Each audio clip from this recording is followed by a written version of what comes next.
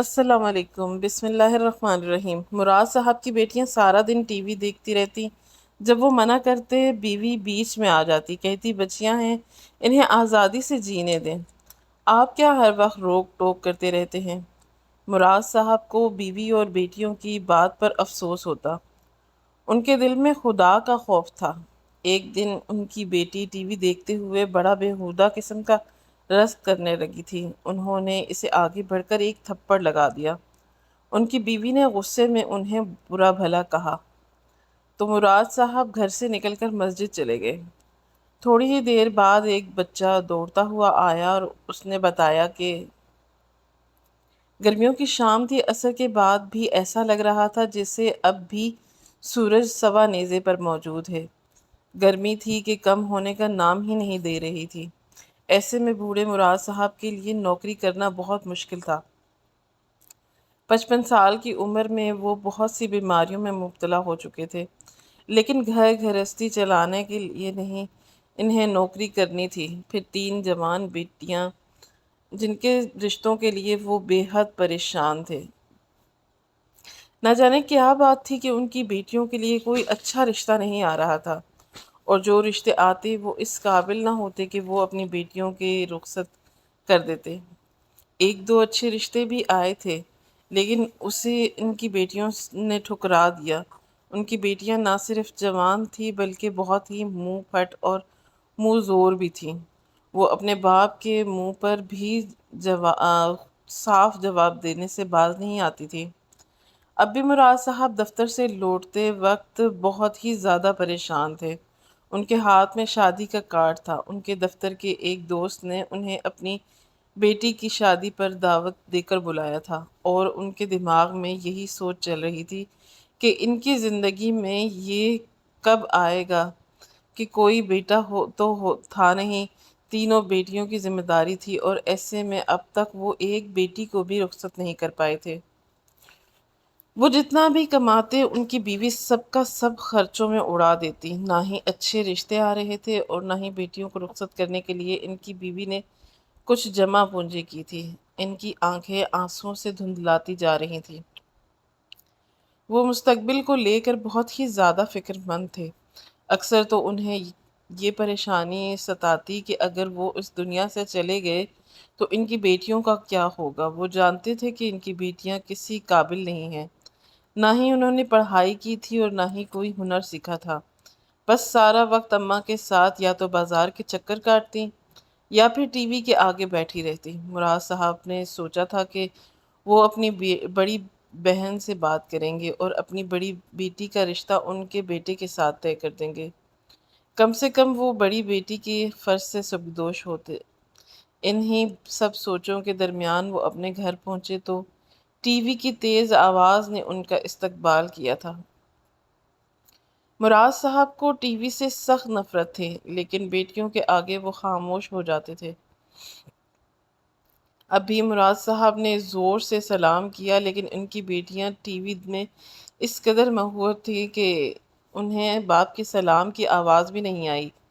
گھر کا حال بہت ہی برا تھا، ہر چیز بے ترتیب پڑی تھی، اور بیٹیاں بس ٹی وی پر نظر جمائے بیٹھی تھیں۔ مراد صاحب نے ایک نظر پورے گھر پر دوڑائی، اور انہیں یہ دیکھ کر بہت افسوس ہوا کہ 3 جوان بیٹیوں کے ہوتے ہوئے بھی گھر کسی کباڑ خانے کا منظر پیش کر رہا تھا۔ وہ تھک ہار کر کرسی پر بیٹھ گئے۔ کسی نے ان سے پانی تک نہیں پوچھا تھا۔ ان کا سارا وجود پسینے سے شرابور ہو گیا تھا۔ چند پیسے بچانے کی خاطر وہ بہت دور سے پیدل چلتے ہوئے گھر آئے تھے۔ کچھ دیر سانس لینے کے بعد وہ پانی پی کر کمرے میں گئے تو وہاں پر ان کی بیوی اپنے موبائل فون میں مصروف تھیں۔ مراد صاحب نے بیوی کو سلام کیا تو بغیر ان کا چہرہ دیکھے ہی بیوی نے سلام کا جواب دیا تھا۔ وہ فون میں ہی مصروف رہیں۔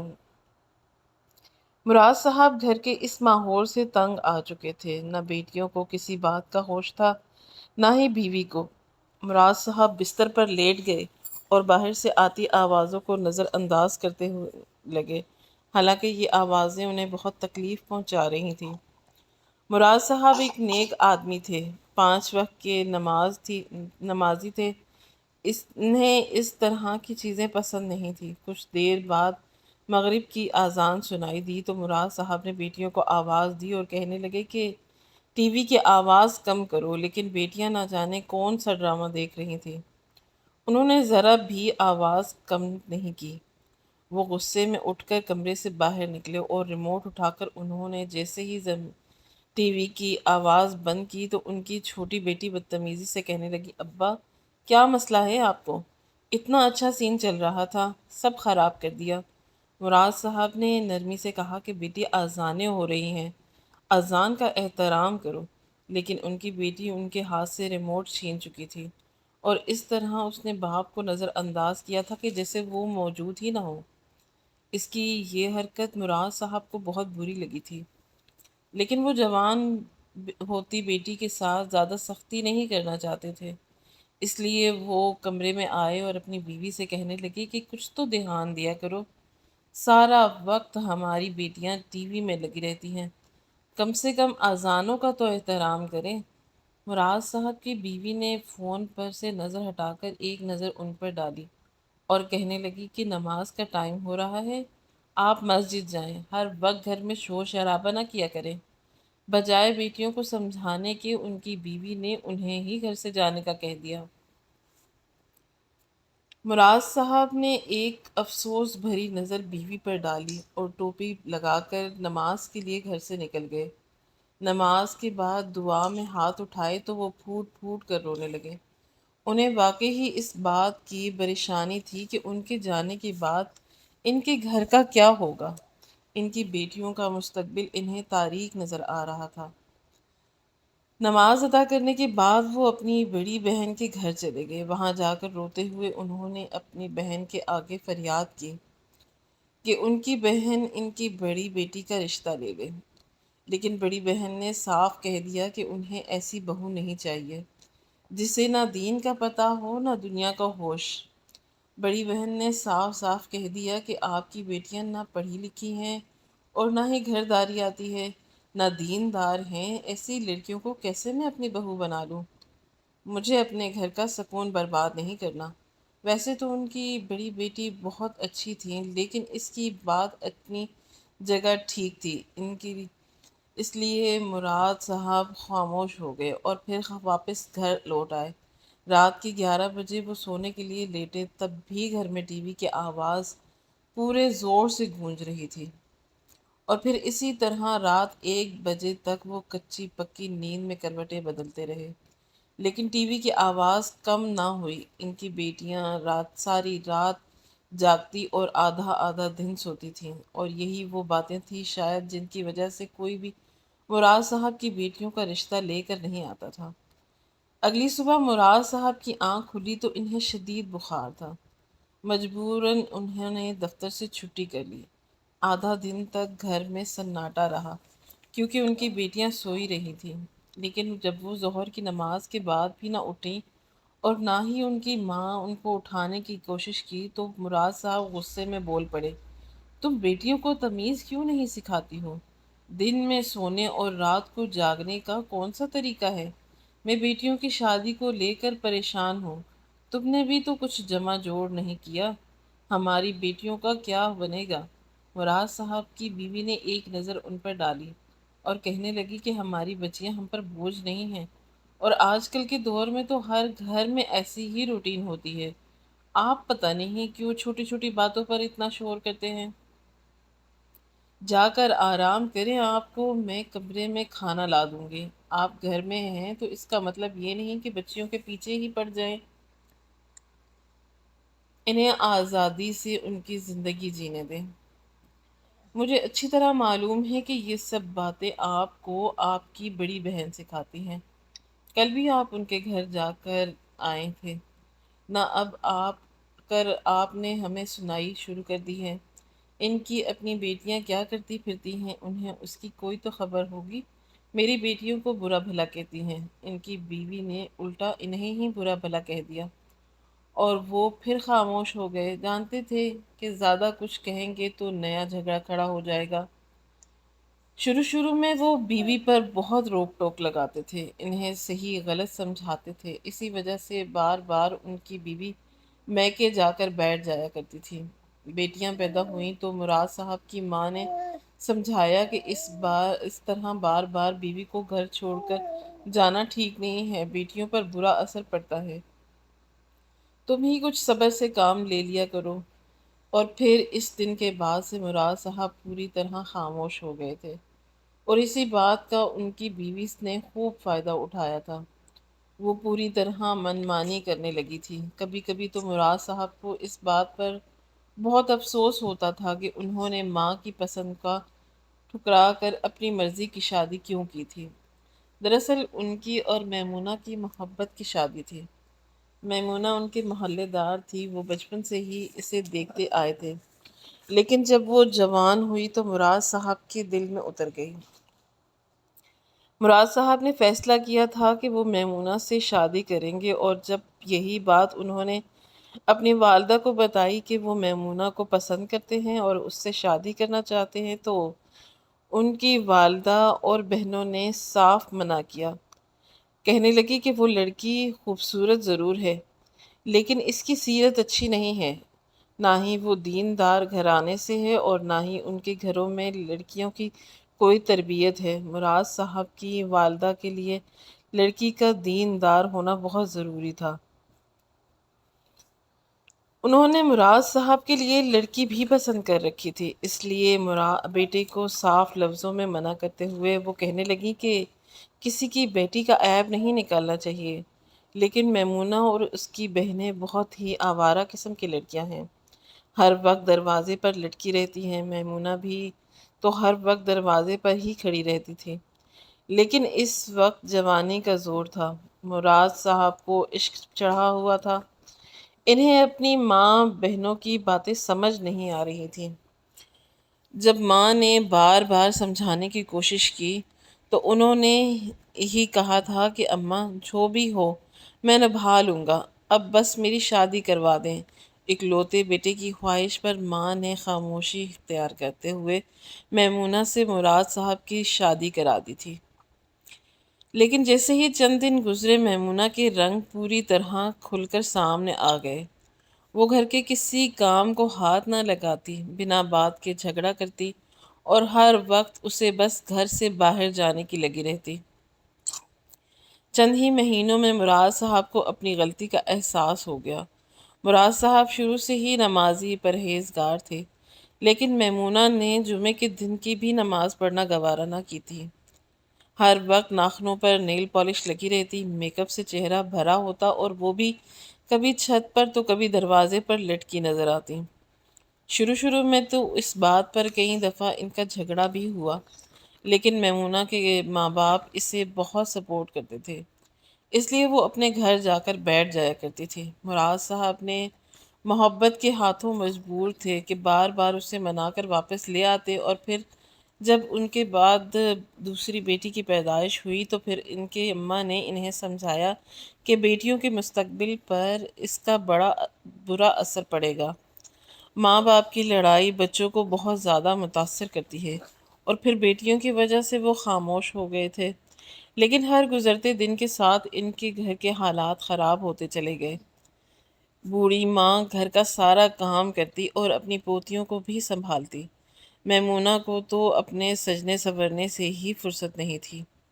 یہ بیٹیاں بھی نہ جانے اس نے کیسے پیدا کر دی تھی، ورنہ اس کا بس چلتا تو وہ کبھی بھی ماں نہ بنتی، اس لیے کہ اس کی خوبصورتی سے بڑھ کر کچھ بھی نہیں تھا۔ جب ان کی ماں اپنے آخری وقت پر پہنچی تو وہ بستر پر پڑ گئیں، اور انہی دنوں گھر کا سارا نظام درہم برہم ہو گیا۔ مراد صاحب کو اس بات کا اچھی طرح احساس ہو گیا کہ اب تک ان کا گھر ان کی ماں نے ہی سنبھالا ہوا تھا۔ ماں کا انتقال ہوا تو میمونہ نے اور بھی کھل کر منمانی شروع کر دی، نہ ہی وہ بیٹیوں پر توجہ دیتی اور نہ ہی گھر پر۔ اسی محلے میں اس کی کافی ساری سہیلیاں تھیں، وہ کبھی کسی کے گھر چلی جاتی تو کبھی کسی سہیلی کو لے کر بازار کے لمبے چکر پر نکل جاتی، اور پیچھے سے مراد صاحب دفتر کے ساتھ گھر بھی سنبھالتے۔ کچھ عرصے تک ان کی بیٹیاں اسکول گئیں، اس کے بعد بھی وہ بھی گھر بیٹھ گئیں۔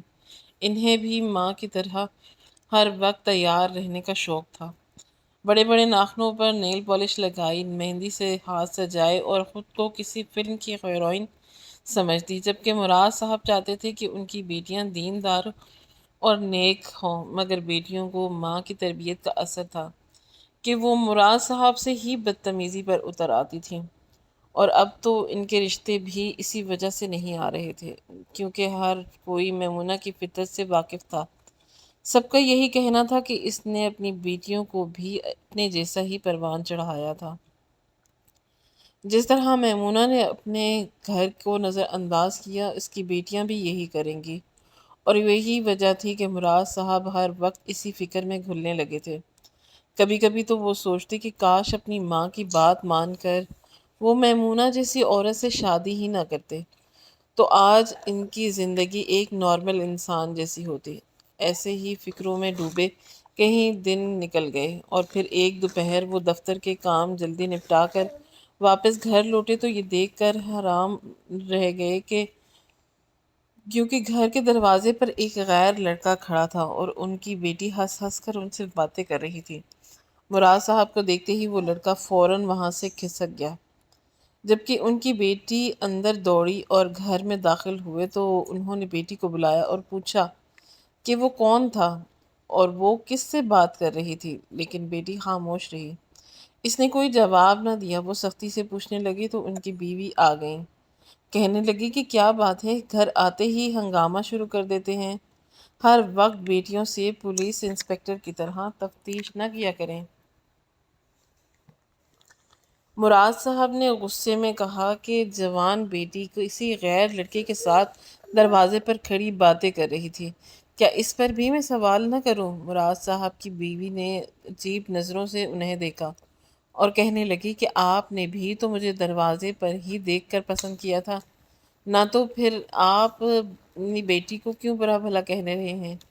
یہ عمر ایسی ہی ہوتی ہے، ہر لڑکی کو تیار ہونے کا شوق ہوتا ہے، میں بھی اپنی جوانی میں اسی طرح تھی، اور آپ نے مجھے ایسے ہی پسند کیا تھا۔ بیٹی کے سامنے ایسی باتیں سن کر مراد صاحب شرمندہ ہو گئے اور کہنے لگے کہ میں نے کبھی تم سے دروازے میں کھڑے ہو کر بات نہیں کی تھی، تمہیں پسند ضرور کیا تھا، لیکن فوراً ہی اپنی والدہ کو بھیج کر تم سے رشتہ طے کیا تھا اور تمہیں عزت سے رخصت کروا کر لایا تھا۔ میں نے ایسی کوئی حرکت نہیں کی تھی کہ جس کی وجہ سے تمہاری اور یا تمہارے باپ کی بدنامی ہوتی۔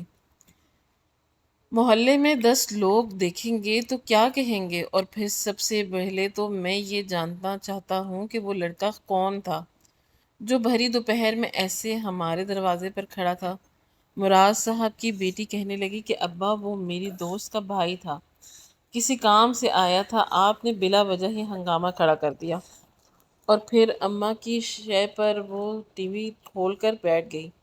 مراد صاحب نے غصے سے بیوی کو دیکھا اور کہنے لگے کہ تم ہی کچھ ہوش کر لو، میں پہلے ہی ان کے رشتوں کی طرف سے بہت پریشان ہوں، یہ ایسی حرکتیں کریں گی تو کیا خاک ان کے رشتے آئیں گے؟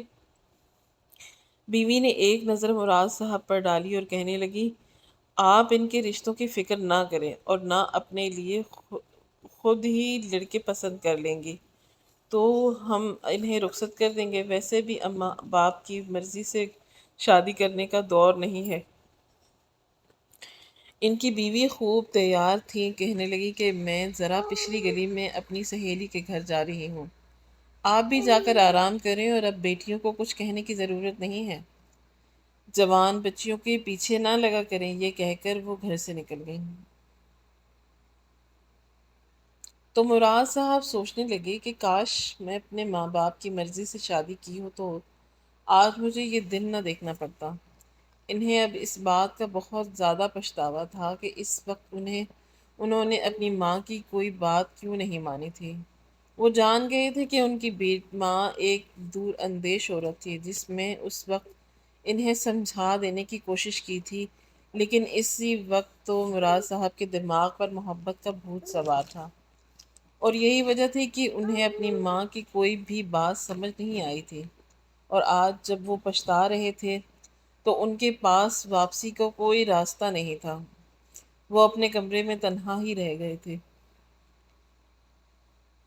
باہر تینوں بیٹیاں زور و شور سے گانے چلا کر بیٹھی تھی۔ مراد صاحب نے کچھ بھی نہ کہا، لیکن عصر کے اذانیں ہوئیں اور گانوں کی آواز کم نہ ہوئی تو وہ کمرے سے نکل آئے، اور یہ دیکھ کر ان کے قدموں تلے سے زمین نکل گئی کہ ان کی بڑی بیٹی تیز آواز میں گانے چلائے کسی بیہودہ قسم کے گانے پر بیہودہ رقص کر رہی تھی۔ کبھی وہ کمر مٹکاتی تو کبھی سینہ دوپٹے سے بے نیاز تنگ لباس میں جوان بیٹی کو ایسا رقص کرتے دیکھ کر وہ شرم سے زمین میں گڑ گئے۔ آگے بڑھ کر انہوں نے ٹی وی بند کیا اور غصے سے کہنے لگے کہ یہ میرا گھر ہے، کوئی طوائف خانہ نہیں ہے، تم تینوں کو شرم نہیں آتی؟ یہ سننا تھا کہ ان کی بیٹی بدتمیزی سے بولی کہ ابا آپ ایسا کریں، مسجد میں ہی بستر لگا لیں، گھر نہ ہی آیا کریں، آپ کو ہر وقت بس لیکچر دینا آتا ہے۔ بیٹی کی بات سن کر مراد صاحب نے اسے سمجھانے کی کوشش کی کہ شریف گھرانوں میں لڑکیاں ایسی حرکتیں نہیں کرتی، اللہ تعالیٰ ناراض ہوتا ہے۔ لیکن مراد صاحب کی بیٹی نے ان کی ایک نہ سنی، کہنے لگی کہ اللہ مجھ سے ناراض ہوگا نا، آپ کو کیا ہے، آپ جائیں، جا کر مسجد میں بیٹھ جائیں۔ اس نے دوبارہ ٹی وی کھول دیا اور ان کے سامنے ہی رقص کرنے لگی۔ اسے یہ جی داری اس کی ماں سے ملی تھی۔ میمونہ بھی ایسی ہی تھی، غلطی کر کے وہ بھی کبھی شرمندہ نہیں ہوتی تھی، بلکہ بڑی ڈھٹائی سے اپنی غلطی پر سینہ چوڑا کر کے گھومتی تھی۔ ان کی بڑی بیٹی نیلم نے بھی یہی کیا تھا۔ آنکھوں میں آنسو لیے انہوں نے گھر چھوڑا اور مسجد میں آ کر بیٹھ گئے تھے۔ نماز پڑھنے کے بعد بھی ان کا گھر واپس جانے کا دل نہیں تھا۔ وہ بس مسجد کے ایک پلر سے ٹیک لگائے خدا کے حضور دعائیں مانگنے لگے تھے کہ کسی طرح ان کی بچیوں کو ہدایت مل جائے۔ اتنے میں محلے کا ایک بچہ دوڑتا ہوا آیا اور کہنے لگا کہ مراد صاحب جلدی سے گھر جائیں، آنٹی نے آپ کو بلوایا ہے۔ یہ سن کر مراد صاحب حیران ہوئے۔ کچھ دیر پہلے تک سب کچھ ٹھیک تھا، پھر اچانک کیا ہوا؟ وہ جلدی سے مسجد سے نکل کر گھر پہنچے۔ ان کے دروازے پر 7 8 عورتیں کھڑی تھیں۔ وہ سب بہت حیران پریشان نظر آ رہے تھے۔ مراد صاحب نے جگہ بنائی اور گھر کے اندر گئے تو اپنی بیوی اور بیٹیوں کو دیکھا۔ ان کی بڑی بیٹی بری طرح چیخیں مار رہی تھی، جبکہ چھوٹی بیٹیاں پریشانی سے ان کے پاس بیٹھی تھیں۔ بیوی کے چہرے کے رنگ میں بھی اڑے ہوئے تھے اور بڑی بیٹی بس چیخ چیخ کر ایک ہی بات کر رہی تھی، اماں سب کچھ اندھیرا ہے، سب کچھ اندھیرا ہے۔ مراد صاحب نے پوچھا کیا ہوا ہے؟ تو ان کی بیٹی کہنے لگی کہ میں سہیلی کے گھر سے لوٹی تو مجھے بھی اس کے چیخنے کی آواز سنائی دی۔ بیٹیوں سے پوچھنے پر پتہ چلا کہ اسے کچھ بھی نظر نہیں آ رہا، سب کچھ اندھیرا دکھ رہا ہے۔ مراد صاحب نے پوچھا کہ آخر ہوا کیا تھا؟ چھوٹی بیٹیوں نے بتایا کہ رقص کرتے کرتے نیلم گر گئی تھی اور پھر اچانک سے ہی اسے نظر آنا بند ہو گیا۔ یہ سن کر مراد صاحب بھی گھبرا گئے، جلدی سے گلی کے کونے والے ڈاکٹر کو بلا کر لائے۔ اس نے جب چیک اپ کیا اور کہنے لگا کہ ان کی بینائی کے ساتھ کچھ مسئلہ ہوا ہے، انہیں کسی بڑے آئی اسپیشلسٹ کو دکھائیں۔ مراد صاحب نے اپنی الماری سے پیسے نکالے، بیٹی کو ٹیکسی میں بٹھا کر بڑے ڈاکٹر کے پاس لے گئے اور چیک اپ ہونے پر پتہ چلا کہ ہمیشہ کے لیے اس کی بینائی چلی گئی ہے۔ کوئی رگ بری طرح سے متاثر ہوئی تھی اور اس کی وجہ سے اچانک سے ہی وہ ہمیشہ کے لیے نابینا ہو گئی تھی۔ یہ سن کر مراد صاحب کے قدموں تلے سے زمین نکل گئی۔ ان کی بیوی میمونہ بھی کافی پریشان تھی اور چھوٹی 2 بیٹیاں تو پوری طرح ہی رونے لگی تھی۔ ڈاکٹر نے کہا تھا کہ اگر اللہ نے چاہا تو قدرتی طور پر ان کی بینائی واپس آ جائے گی۔ جو رگ دبی ہے اگر وہ ٹھیک ہوئی تو انہیں نظر آنے لگے گا، لیکن ہم کچھ نہیں کر سکتے۔ اور پھر بیٹی کا ہاتھ پکڑ کر مراد صاحب اسے گھر لے آئے۔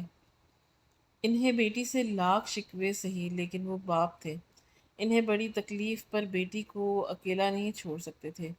ان کی بیٹی بھی اپنے اندھے ہو جانے پر نہ صرف پریشان تھی بلکہ باپ کا ہاتھ پکڑ کر زاروں قطار رو رہی تھی۔ کچھ دیر پہلے والے اس کے جملے اسے یاد آ رہے تھے، بیٹی نے مراد صاحب سے معافی مانگ لی تھی۔